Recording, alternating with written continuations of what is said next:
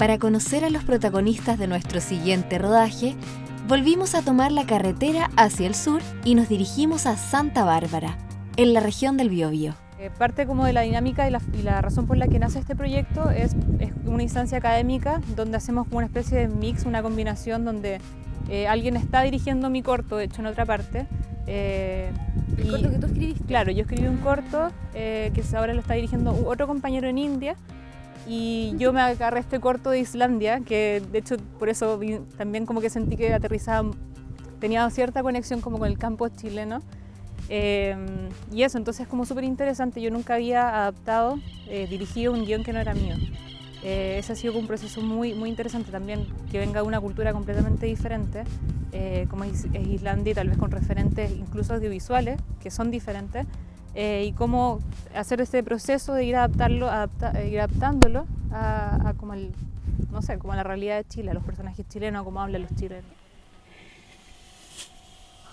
Él lo escribió en inglés. ¿Y quién lo tradujo? Yo lo traduje. Claro, ahí también hay un proceso de cómo diría esto un chileno, ¿cachai? Que también hay modismo, hay cosas que le dan esa textura, ese saborcito que también, ahora que estoy allá, también tiene un valor, ¿cachai? Como que las culturas allá, no sé, como que siento que el hecho de que yo también sea chilena y cuente una historia chilena, que está como metida en otras historias que vienen de otras culturas, como que también quería rescatar, decir como ya, qué cosita chilena le puedo agregar a esto para que también tenga un valor en la instancia académica en la que estoy. Aquí rotando. Ay. Mira, Ya, esto está bien, pero necesito ver cuando toma la pala, entender que el objeto es pala, ¿cachai? La mayoría de las cabezas de los departamentos de este corto son mujeres.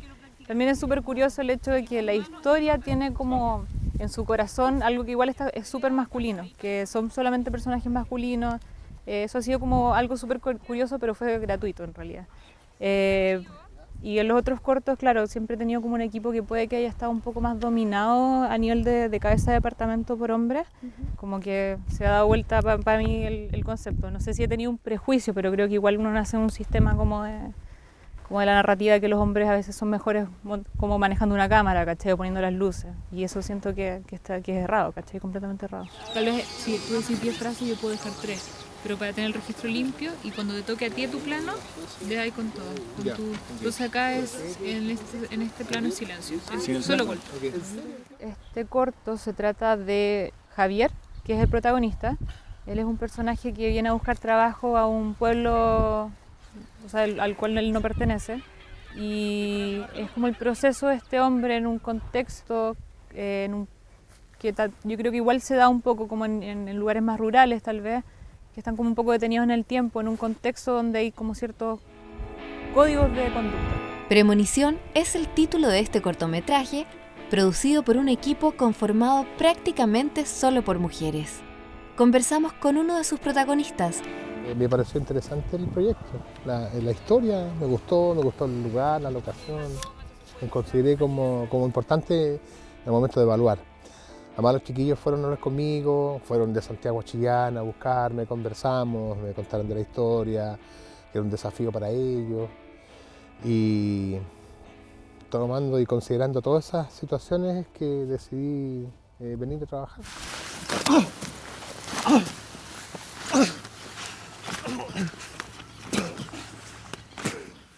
Interpreto a un personaje que se llama Chivo, que es un tipo del lugar que trabaja en el campo, en un campo, en un fondo, y es como el macho cabrío del lugar, ¿no? Es como el que la lleva. Llega un tipo a buscar trabajo, él es muy hostil. Ese es el Chivo, es un tipo muy rudo. Don Chivo, necesito trabajar, déjeme ayudarlo. ¿A qué te ayuda, weón?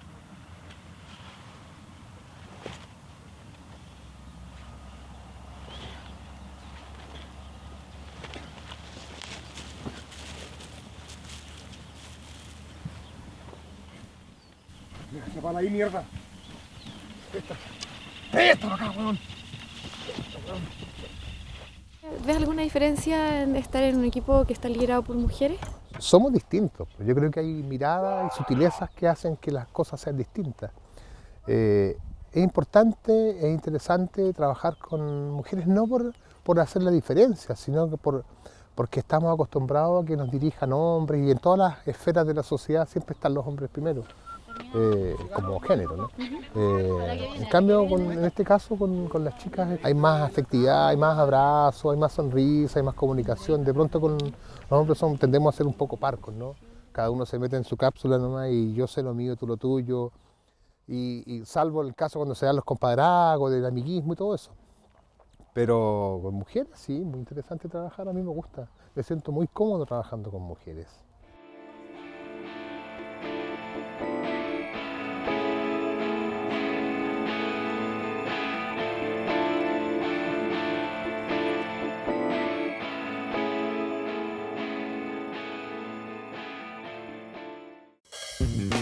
El Festival Internacional de Cine de Valdivia presenta 16 largometrajes chilenos en sus diferentes secciones.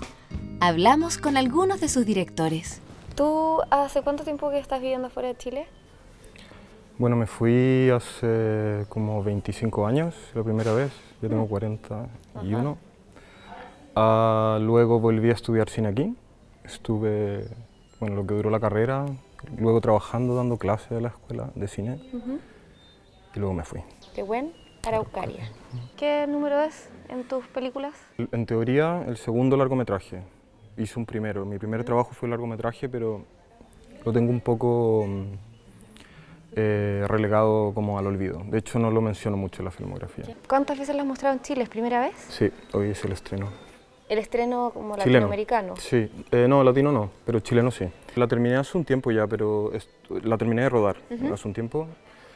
Tardo mucho en hacer las películas porque trabajo con un sistema de producción muy particular, digo, normalmente sin ayuda y trabajo con la colaboración de muy pocas personas, muchas veces trabajo solo. ¿Cómo te sentiste? Bueno, nervioso, o sea, yo creo que si soy sincero, nervioso. ¿Y piensas hacer una función en la comunidad? Me gustaría, sí. Yo creo que el próximo año me lo podría plantear. ¿Y los actores, los que sacaban los piñones, ya ellos, la vieron? Sí, ya la vieron. ¿Qué te dijeron? Bueno, tuvieron una reacción genial. ¿Cuál? Se reían mucho. ¿Al verse? Sí, se reían muchísimo. El dispositivo que usan, tú y otras personas más, que es como este dispositivo de ficcionar una situación con un personaje externo en un lugar para conocer el lugar, está súper bien resuelto. ¿Cómo manejas la relación con las personas del lugar para que no aparezca una situación como de museo o de opinión? Sí, es que yo creo que me sirvió mucho haber ido el año anterior a investigar, conocer también a muchas personas que aparecieron en el documental después y tenía como más o menos claro como qué era lo que quería como rescatar como de esos encuentros y de esas conversaciones. A mí lo que me interesaba era plantearme como, aparte de cómo era como la vida en esa isla, de también trabajar con Ignacio, era hablar sobre el cine, como de cómo uno aborda las películas, cómo uno desarrolla los proyectos. Cuando estás haciendo una película, ¿te pasa eso? Como que vas con una idea y la misma película se va transformando a medida que va pasando el tiempo. Absolutamente, sobre todo en un documental que uno trabaja con una realidad que tú no puedes manejar y tienes que constantemente adaptarte también como a cómo esa realidad te va tomando a ti. Y yo creo que eso es lo hermoso también como de hacer, no solo documental, también ficción. Uno en ficción, cuando, no sé, va a rodar una escena y no sé, la luz no sirve o que los actores, algo pase que no funciona la escena, uno tiene que ahí tener como una solución con respecto a eso. Uno hace un documental también crea lazos, aunque sea un tiempo muy breve, pero al crear lazos también te produce como eso de que tú no sientes que estás como invadiendo una persona al grabarla, sino que estás grabando como a alguien porque te interesa realmente cómo es esa persona, porque hay un lazo ahí con esa persona. Y yo creo que ahí ya se transforma también como funciona esa entrevista también. ¿Cómo está construida esta ficción? Porque no es un documental. ¿O sí es un documental? ¿Qué es lo que es? ¿Es un híbrido? Después de ver esta película no deberíamos estar cuestionándonos los géneros. Tanto, digamos, como en nuestras cuerpos, tanto como en el género cinematográfico, que se ve afectado, yo creo, por Mismo problema del binarismo de género, ficción versus documental, siendo que ya sabemos todos los cineastas que el documental realmente no existe. Entonces, claro, esta es una ficción, pero que tiene una matriz en lo fáctico, que es la vida y la experiencia de Manu, manipulada por mí como director, para, en el fondo, contar una historia. La película se escribió durante el 2014, el 2015 se fue a grabar a Francia, a París, en abril, y luego vino como un año de montaje y en 2016 empezamos la musicalización y la verdad es que la terminamos hace muy poquito, está recién saliendo del horno. Este proyecto no tuvo director o directora de arte, eso es lo más chistoso. El arte lo hicimos entre nosotras, maricas, con nuestros conocimientos, digamos, de maquillaje. Yo llevé mis pelucas, mi abrigo, corsé, y así se generó finalmente lo que fue como el arte del personaje. Esto en diálogo con Manu, por supuesto, porque Manu no se vestiría como no quisiera. La Naomi Campbell. Esta es la película anterior a esta que acabamos de ver. ¿Cuál es tu camino? ¿Cuál es tu búsqueda como director? Mi búsqueda en estos dos proyectos ha sido generar identidad en la pantalla para mi comunidad. Durante toda mi adolescencia como cinéfilo no me encontraba en la pantalla, no me encontraba en las películas, no había personajes como yo. Estamos llenos de películas de personajes heterosexuales cisgénero. De hecho, me da risa cuando me dicen se están haciendo muchas películas de temática trans y no se han dado cuenta de todas las películas de heteros cisgénero que hay.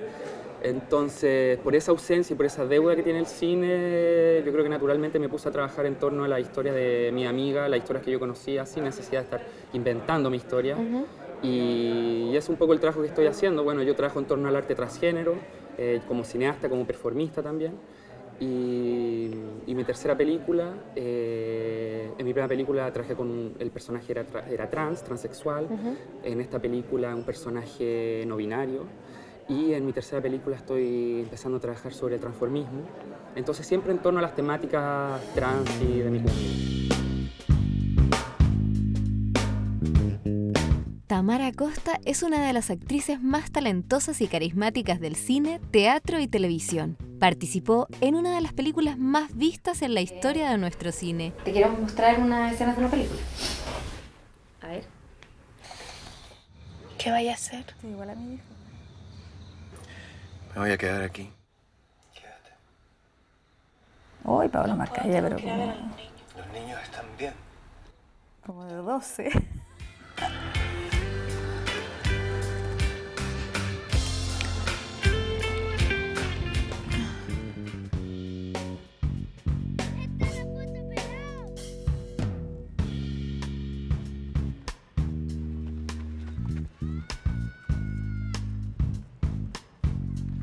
Esto fue hecho bien en colaboración con la gente de ahí del lugar. Incluso nos juntamos como con la Junta de Vecinos y ellos, como la presidenta de la Junta de Vecinos, organizó a los extras y eran súper participativos. Pero en particular esta historia con una problemática muy real de la intimidad de las parejas, entonces, y de la intimidad de las parejas de un sector como bien marginal, entonces como era bastante novedoso, yo creo, para esa época. Buenos días, Johnny. Buenos días, papi. Buenos días, Johnny. Buenos días, Antonio. Buenos días. Buenos días, Loren. Johnny, pues saca el tiro a la tota para afuera, si no va a mandar a los puros. También hay muchas escenas en la casa de esta familia. Y también era una locación real, no era un set, sino que era una casa, era un departamento de estos, que era realmente un departamento muy pequeño donde vivían realmente, no sé, 2 familias con 5 niños y de verdad vivían así. Entonces había un como olor muy, o un olor, o un, no sé, algo muy real que se impregnaba en lo que hicimos nosotros, porque también tenía que estar el equipo entero ahí dentro de esa casa que era minúscula y era todo bastante cercano a la realidad.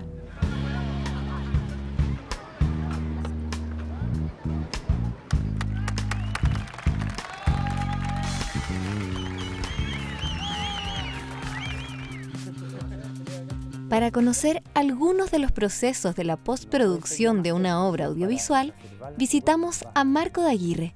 Hay básicamente como 3 áreas. El área de lo que se habla, de los diálogos, el área de los ruidos y de los ambientes. Y los ambientes son, por ejemplo, el ruido del mar en una escena al lado del mar, o el ruido del tráfico, ¿no es cierto?, al lado.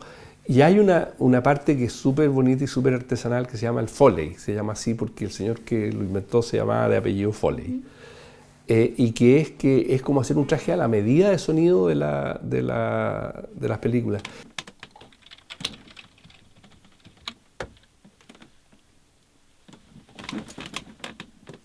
Es ahí donde los directores y los profesionales del sonido juntos toman las decisiones estéticas, porque esto no son decisiones así como que las cosas hay que hacerlas de una determinada manera. Hay 1000 maneras de hacer las cosas, el lenguaje, y para eso están esas herramientas.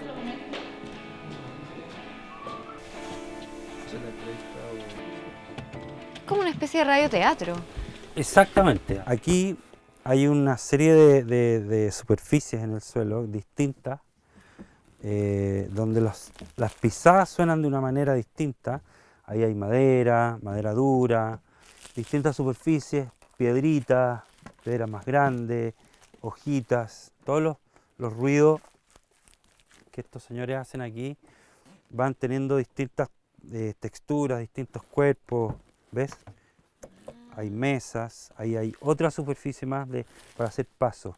Y también, bueno, muchos adminículos, ¿no es cierto? Personas que comen, por ejemplo. Que brindan. Brindan, toman. Entonces Ivo va a hacer los pasos.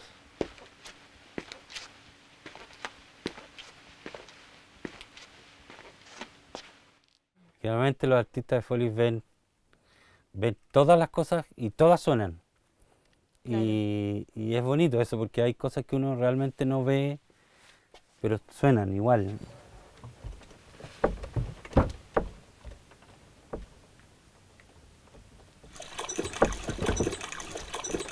Y después de que se hacen todos estos planteamientos, existe una etapa final, que es lo que se llama la mezcla de sonido. Y eso es muy bonito porque en los estudios profesionales, como el nuestro,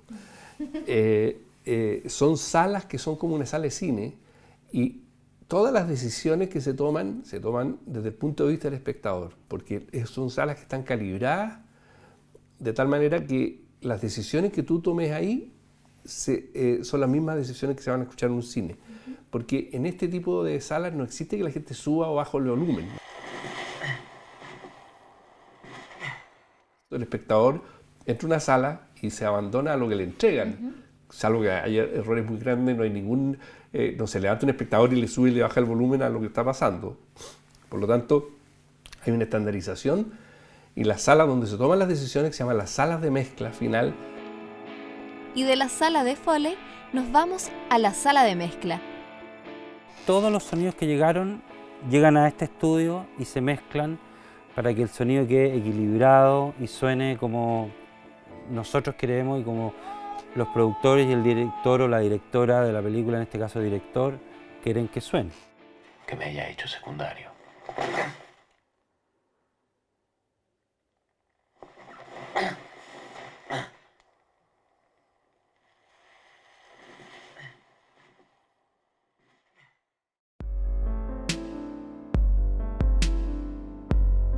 ¿Y ustedes también reciben material? Por ejemplo, Sí. si yo tengo en mi casa 7 rollos de mi abuelito. Sí, recibimos todo el material, ya sea fílmico o video, en nuestras bóvedas, en la idea de que se pueda conservar acá. Con la producción que ha habido en Chile, el acceso a las películas, es súper difícil tener registros de cualquier tipo, ya sea desde película hasta los registros familiares. Y hemos encontrado en estos registros familiares, donde se refleja de una manera muy vívida cómo somos nosotros, cómo pasábamos los cumpleaños. A veces los videos que están ahora en celular o en otro, en un minuto eran de muy poco acceso. Conforman la memoria del país, más allá de que sea una ficción, largometraje o una gran obra. O sea, en cada registro que está la memoria de Chile. Entonces, para nosotros es muy importante eso, poder rescatarlo.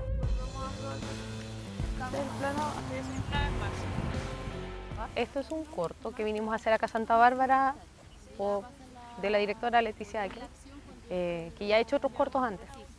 Y bueno, lo particularía también para contarles, que Leticia, como el rollo de Leticia de hacer los cortos, es que siempre hace historias de puros hombres, como de protagonistas masculinos como con rollos emocionales. Ese es como las temáticas de los trabajos que está realizando ella, y el largo que estamos haciendo también tiene que ver un poco con eso.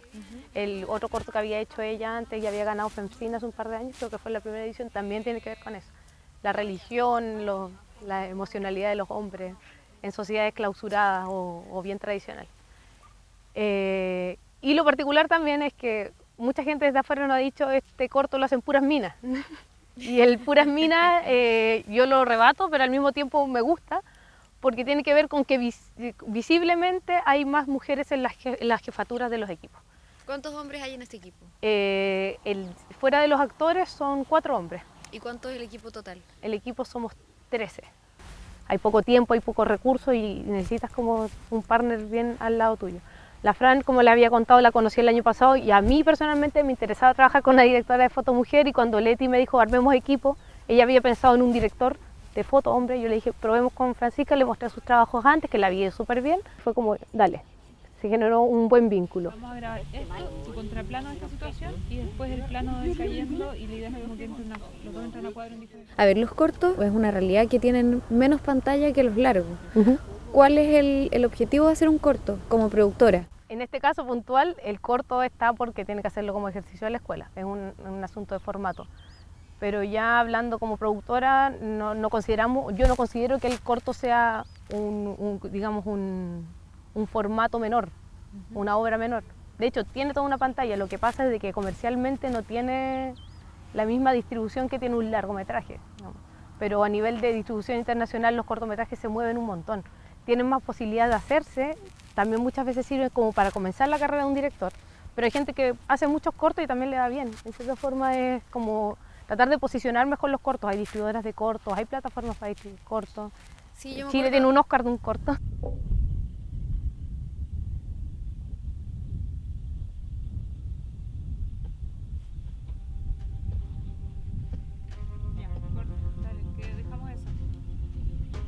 ¡Corte! Silencio todos.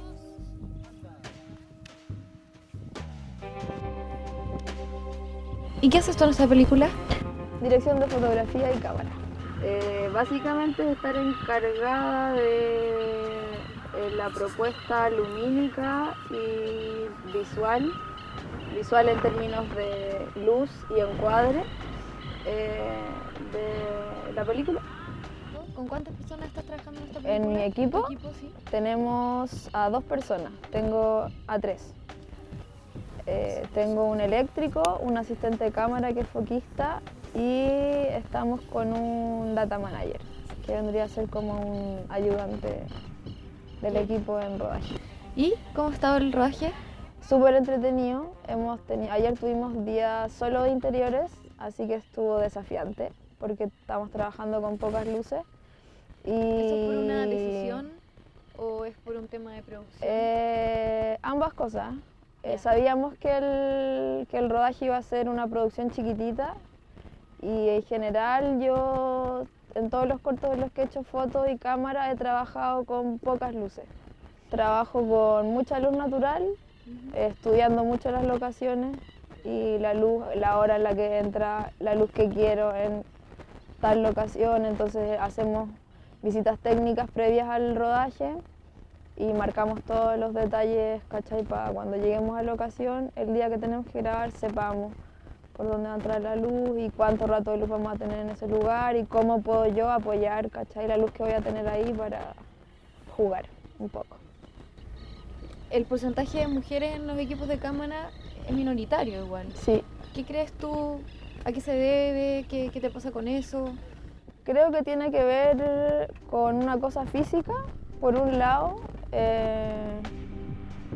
No es que las mujeres no entremos en el mundo de la foto porque no tengamos las capacidades, pero sí siento que cuesta entrar porque cuesta que confíen en que tenemos las capacidades físicas como para enfrentar, suponte, un rol de cámara. Siento que hay pocas posibilidades, ¿cachai? En la industria en Chile de entrar a equipos de foto. Son pocas las mujeres que entran.